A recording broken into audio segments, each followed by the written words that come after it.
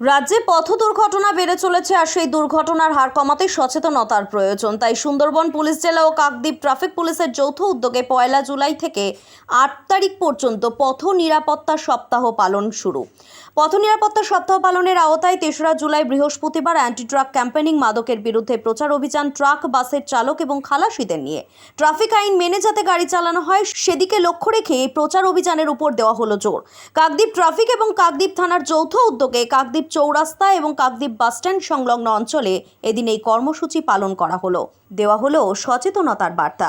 বা on duty যে traffic officer রয়েছেন বা সিভিক ভাই বা কনস্টেবল, সে কি সিম্বল দিচ্ছে বা সে ডাকছে কি, আমার যদি আবার সিগন্যাল পয়েন্ট হয় সেখানে পেডিস্ট্রিয়াল লাইন আসে কিনা সেইগুলো দেখে পারাপার করতে হবে। তো এটা হচ্ছে একটা ব্যাপার। এবার এই সিম্বলটা 3 প্রকারের হয়। একটা হচ্ছে আপনার ম্যান্ডেটারি, নাম্বার 2 হচ্ছে কশনারি, আর 3 নম্বর হচ্ছে ইনফরমেটিভ মূলক। যেমন ফর এক্সাম্পল ম্যান্ডেটারি, কোনো জায়গায় স্টপ লেখা আছে, রেড লাইন আছে, যেমন বা আপনার সিগনালে রেড সাইন আছে, তাহলে আপনাকে দাঁড়াতেই হবে, ম্যান্ডেটারি। 70-80 জন লোক থাকে, মানে 70-80 জন লোকের ভবিষ্যৎ আপনার হাতে। একদম আপনি যদি নেশাগ্রস্ত অবস্থায় গাড়ি চালান, মানে এতগুলো জীবন, এতগুলো পরিবার আপনার হাতে আছে। আমাদের বাচ্চা আছে, কারো বাড়ি বউ ছেলে সবাই আছে।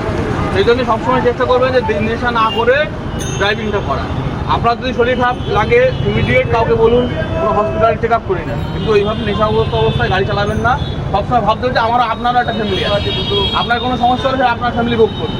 সবসময় সেটাই ভাববেন যে নেশার জিনিস তো ভালো কোনো কিছু নিয়ে আসে না, সবসময় একটা খারাপের দিকে তুলে নিই।